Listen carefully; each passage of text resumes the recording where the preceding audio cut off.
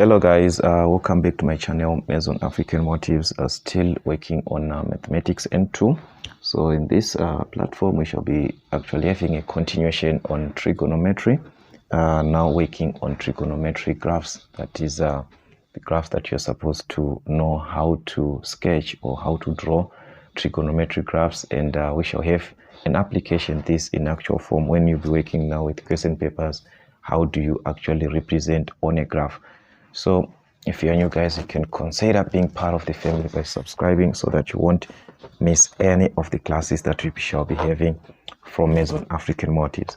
So like I said, we are going to focus much that is on the graphs here, trig graphs. So normally we've got two major graphs that we are supposed to know their properties, which is the graph of cos and the graph of sine. So it can be cos x, or it can be written in as cos of theta. Y is equal to cos theta, y is equal to sine theta, y is equal to the 2 sine theta, whatever that you are going to have there. So, or it can be in terms of x. So theta representing the angle, or x representing the angle, it can be in any way. So what I want you to understand is that when you are drawing these graphs, you're going to start with a graph of cos, of sine. Let's start with sine and see what we have there. It is best for you to use an interval. You're going to use a table that you're going to be using table of values. So a table of values is just a table that is giving us the values of x to find the values of y. That's a table of values. So if you are working with cos and sine, you are not given a table. You are the one that is drawing the table. For cos and for sine, it is best to use 90-degree interval. It is best to use 90-degree intervals. So what do I mean in this case by working with 90 degrees? It's actually a step, 90-degree as a step. That is how you are going to separate your angles. You're going to separate your angles as 90-90. It's going to be the best table values that you can have to give you this type of a trig graph. So what am I saying? You're going to take values of x for the given interval that you have. Maybe you are given maybe from a certain period, because you'll be given a certain period actually. So in this case, let's take a consideration of x being greater or equal to. If you see something like this, don't worry about these signs here. It just shows you that x is going to be taken from 0 up to 360. These are the values of x. You're going to take any value of x from 0 up to 360. So these are the values that you're going to use on your table. So your table is supposed to be like this. You've got the values of x to obtain the values of y. All right. So you're going to have a table like that, x and y. So like I said, x, we are going to use 90-degree step to separate these ones by 90 degrees. Okay, so how are we going to separate this? We are starting from 0 and we end up at 360. That is what you're given in this case. So we are going to start with 0 degrees. So our x is 0 degrees. For each value, I'm going to separate, because it's best for x to separate 90. So it's best for you to use 90, 90. So you can use 90. So from 0, you add 90. So that's 0 plus 90, which is 90 degrees. From 90, we move on. So we are having a difference of 90 throughout. So just adding like this, 90 plus 90. Okay, so that's 90 plus 90 there, which is going to give you 180. So it's going to give you 180. You add another 90 plus 90, because you are separating by 90, which is now at 270 degrees, plus 90, which is now at 360 degrees. So that is how you're going to separate. So as you can see, we are supposed to start from 0 up to 360. So that's 0 up to 360. So this is the graph of y is equal to sine x. So for each value of x, I'm going to substitute now these values of x to obtain the corresponding values of y. What is going to correspond when x is at 0, when x is at 90, when x is at 180. Okay, so where are we substituting this x? We are substituting here in place of x because y is equal to sine x. So in place of sine x this time, let's substitute a 0 there, because this light is too much, but you're going to just use this sign here. So it's sine 0, okay, which is going to give you a 0 there. So sine 0, that's a 0. Same thing, sine 90, which is 1. Sine 180, sine 180, which is a 0 also. Sine 270, sine 270, which is minus 1. Sine 360, sine 360, which is a 0, like this. All right, so these are the values of y that we are having, and these are the values of x. As you can see, x is representing angles. Then these are actual values. We are talking about the real values in this case, which are not like angles, not like these are just normal natural numbers. These ones are not angles like degrees. These ones are angles in degrees, or you can have these angles in radians. But here we are talking about normal values, 0, 1, whatever. And as you can see, it's limited, or it can be limited from -1 to 1. We'll talk about this, what is happening here. So I want you to see from this table that we are given, now we want to have the graph. So this is what you're going to do. All right, since you saw that we are only working with the positive values here. As you can see, we are only having positive values. So this is going to be your x-axis, and this is going to be your y-axis, like this. So this is, I'm just going to do a sketch, then we'll see on the other class how you're going to actually do this on a graph. But I want you to see what it's supposed to look like. So this is your x, which is going to be 0 degrees. You separate just like what you did on the table there. So you're going to have 90, 180, 270, and 360. These are the values here.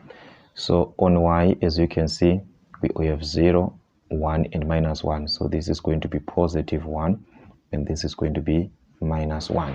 So these are the values that we have on y there. So we are going to mark the points now. The first point, x is 0 and y is 0. So which means that is this point. When x is 0 and y is 0, that is the point. The other point is x is at 90 and y is at 1. So when x here, this is your x, is at 90, y is at 1, which means you're talking about at this point, x is at 90, y is at 1. They meet at this point, so you just indicate a point. X is 90, y is 1.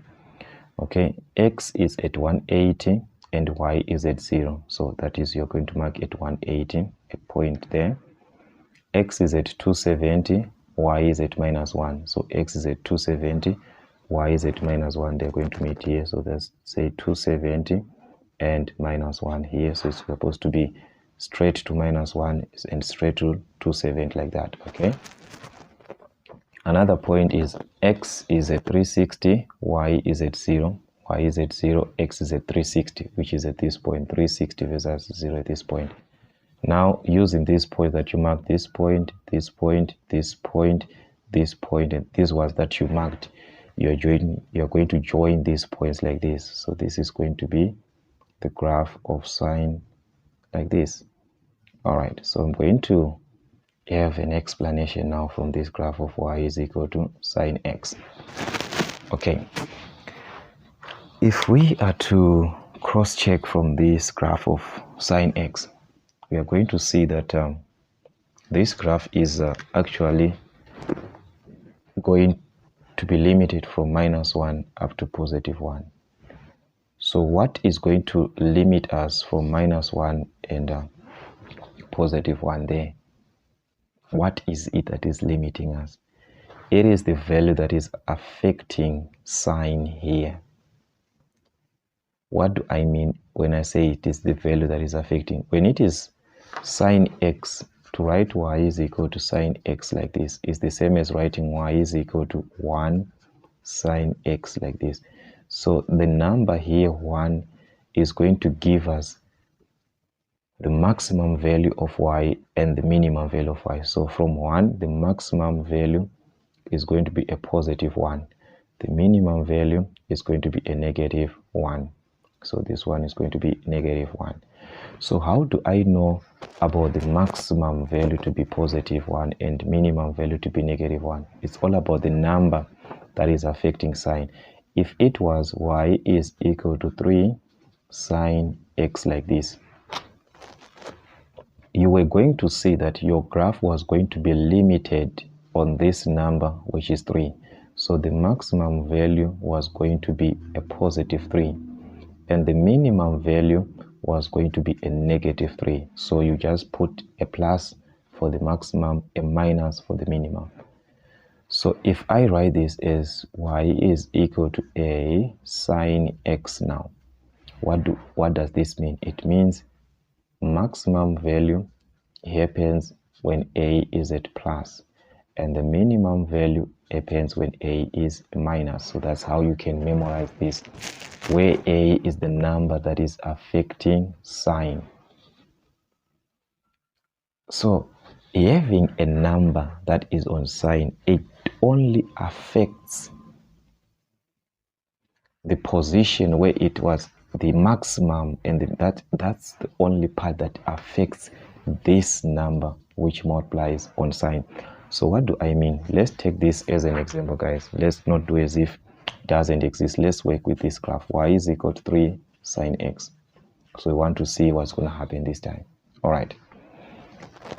If you are to cross-check from our table here, everything is going to remain as it is. But now it's 3 sine x. So which means we shall have our x and y just like what we did in the previous part, guys. So like we said, angles, we separate them as usual, 0, 90. So you're going to have 0 degrees, 90 degrees, 180 degrees, 270 degrees, 360 degrees like this. All right. So you're going to find the angle, the corresponding values of y just like in previous, but this time is 3 sine x, which is the angle. So you're going to write it as 3 sine. Okay, let's put it here. It's going to be like this: 3 sine, the first angle is 0. So 3 sine 0, that's a 0, this one. So you're going to have a 0 here. The same, you move 1 to 3 sine 90. 3 sine 90. So it's going to be, you just move here, remove this and put a 90 like this. So you're going to obtain 3. Are you seeing that? So it's going to give you 3. All right. So you do this throughout. 3 sine 180, you're going to obtain a 0 here. 3 sine 270, you're going to obtain minus 3. 3 sine, you're now at 360, you're going to obtain. That's how you're going to do it. All right. So as you can see, what is only going to change, because we want to mark the points now. You see this time our graph is now going to 3 and minus 3 there. So we want to see what is going to change so that we can conclude this. So we are going to have a 0, just like usual, 90 degrees, 180 degrees, 270 degrees, 360, separated by 90, just like what we had. But here, for y this time, as you can see, our maximum value is 3, our minimum value is minus 3. So we shall have like 1, 2, 3, minus 1, minus 2, minus 3. Okay, so this is what you're going to have. So let's mark the first point. The first point, that's x is 0, y is 0. So 0, 0, that's at this point. Okay. 90 versus 3. So it's 90 versus 3 here. So where this 90 and 3 is going to meet, at this point, you just mark a point there, 90 and 3. Okay, we've got 180 and 0, 180 and 0 here. That's at 180. 270, and minus 3. So it's going to be at 270 here and minus 3 there. You mark a point 270 and minus 3. Then 360 and a 0. That's 360 and a 0. You mark the point. So let's draw. Let's join the points, guys, from this point to this point to this point to this point and back to this point like this. So it's going to be something like this. Something like this. All right, so this time now, as you can see, the maximum value goes to positive 3, the minimum value goes to negative 3. So you're talking about the minimum value, but if you are talking about a point, this is a point, this is a maximum point, which is at 90. Remember, a point is given as x and y, but the maximum value is 3, but the maximum point should be given in terms of x and y. So the maximum point is going to be x here. The value of x is 90 degrees and the value of y is 3. So that's your maximum point, 90 degrees versus 3. Your minimum is going to be at this point here. X is 270, so it's going to be 270 degrees and y is minus 3. Now it's a point, but when you are just referring to the maximum and the minimum value of y, you are just talking about 3 and minus 3 like that. So as we can see, that's the effect of having a number that is multiplying to sign, because if we are to cross check here, from the sign that we had here, there was a 1, that is the number here. If you write y is equal to, is same as writing as y is equal to 1x. So that's why it was at 1 and minus 1. So if it is now a 3, okay, let's just write it was 3 sine x like this. So if it is now a 3, you're going to see your maximum value at 3 and minus 3. If it is if this was 5, this one was going to be 5 and this one was going to be minus 5. So that's the effect of multiplying sign with a number. Okay, then what's the effect now of adding a number to that sign? Because that can be a question. What's the effect now if it was y is equal to sine x plus 2? Or it can be written as y is equal to 2 plus sine x. They can write in either way. What is the effect of adding a number? Not multiplying, but adding a number. To see the effect, still you just need to apply the table, just as usual. Still you are working with sign. So if you are to cross check, guys, no matter the equation, no matter the graph that you want to draw, use a table. From the table you mark your points. That's the easiest way that you can conclude this, whether you know the effect that I'm going to move this direction or this way. Yes, you can know these effects, but maybe by any chance you forget these ways, you can just use a table always. So just apply. So they can give this question like this or this.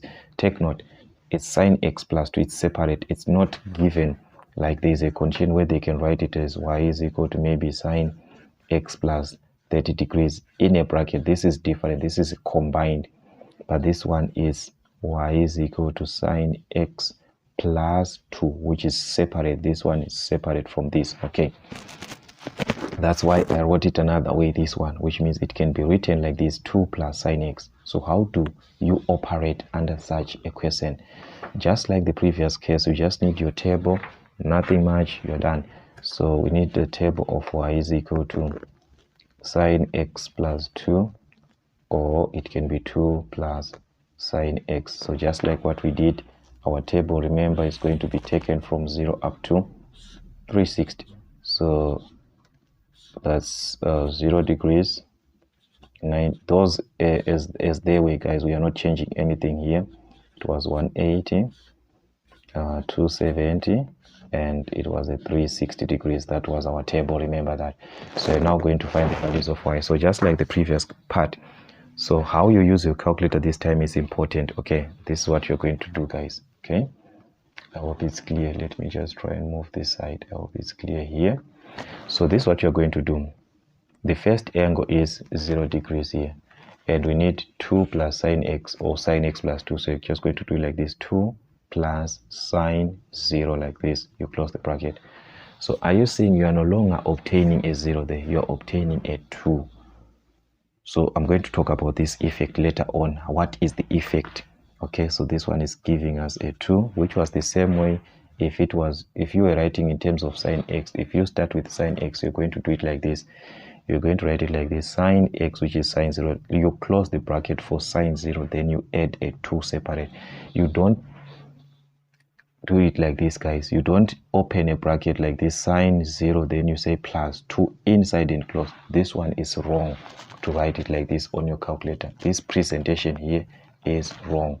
You're supposed to have your 0 only in that bracket separate, then you add a 2. So if this is difficult to do, just interchange and write it as 2 plus sine x. Okay, so we move on to another one. Now we are at what? 90 degrees. So it's going to be 2 plus sine 90. So it's 2 plus sine, oh guys, I forgot that I had 2 plus sine 90 degrees. We close the bracket. It's going to give us 3. So you're going to obtain 3 in this case. So this is what you're going to do throughout the question. Okay, another one is going to be 2 plus sine 180. Let's just complete this together, guys. 2 plus sine 180, right, which is at 2 again. So this is going to give us 2. Then 2 plus sine 270. So just move this and remove this 180 here and put 270 inside the bracket. 270, that's a 1. Okay, 270 is going to be to 1. Okay, what about a 360? Just do the same here. Just put a 360 there. 360, which is now at 2. So it's going to be at 2 like that. All right, so these are the points that we are now having. As you can see, we no longer have a 0 there. We are having values which have shifted from their original values, which is different from the one that changed the position. This one is actually a total shift of the graph, as you can see. So let's see how it is going to look like. All right, so we're just gonna have our x and y axis as usual, guys, so that we see how it was supposed to be like. All right, so as you can see, let's try to be more of y here, because that's where we do not have negative values here. These are all positive. So you can just say that's our 0 here: 90, 180, 270, 360, like this. All right, so we've got the maximum value is 3, so you need to count up to 3. So this is 0, 1, 2, 3. This is where we are going to reach here. All right, so let's see. The first point, it's at when x is 0, y is 2 this time. When x is at straight 0, y is 2. So you've got 0 versus 2. So it's 0 here and 2. So you mark at 2, 0, 2. That is where you're going to mark the point here, 0, 2. Okay, x is 90, y is 3. So that's x is 90, y is 3. There, 3 here. So you're going to mark a point at 3, 90 versus 3. Okay, we move on to 180 versus 2. So it's 180 versus 2, straight with 2 here, but now under 180 you mark a point. Okay, 270 versus 1. So it's 270 here versus 1, 270 and 1. Let's just say that's the point here. Okay, then it's 360 versus 2. So 360 here versus 2. This is your 2 straight, like this. This is your 360 versus 2, like this. All right. So this is how it's gonna look like, guys. Let's join these points. You're going to have something like this, something like this, then back to the point of 2 here. So guys, this is supposed to be like a curve here. Sorry for that. So as you can see, this is actually straight to 2. This one is straight to 1, straight to 3. So it's a straight shift that has happened this graph you have shifted from where it was in the original case. Now it shifted upwards. So that's the effect that we saw there on this sine x. So like I said, guys, the major graphs that we have is the graph of sine and also the graph of cos. So we shall have the same effect on the graph of cos in another class, where we are going to see how we have how do we affect the graph of cos and so forth. Okay, so as a conclusion, what you need to know is that for the graph of sine that you're going to have, normally, depending with the graph that you're going to work with, but normally this is going to represent your period here from 0. This is the period of the graph. So you must know that for the graph of for the graph of sine that you're going to have, it got a period of 360 degrees. All right, then the issue of the range depends with the graph that you are given. If it was of sine x, depending with what you are given, if it is a normal sine x, it's going to range from -1 up to 1, because we'll be given something like this. Remember, this was our y is equal to sine x, which was at -1 and was at +1. That was the graph of y is equal to sine x, if you still remember. So when you are referring to range, you are referring to the values of y, these ones. So it ranges from -1 up to +1. Y is an element of real numbers that we know, and it's going to range from -1 up to +1. But this part are actually what you need for you is to know how to draw these graphs and the effect on each and every graph when it is multiplied by a number, or when a number is added to that trig graph that you want to draw. So we shall see many questions on the other graph that I said of cos x now, or cos theta, on a separate class that we are going to have. But for this class, that's what we had, guys. That's what you're supposed to know, and the concept that you're supposed to apply also in exam. So that's it, guys, from N2 African Motives. Till we meet again.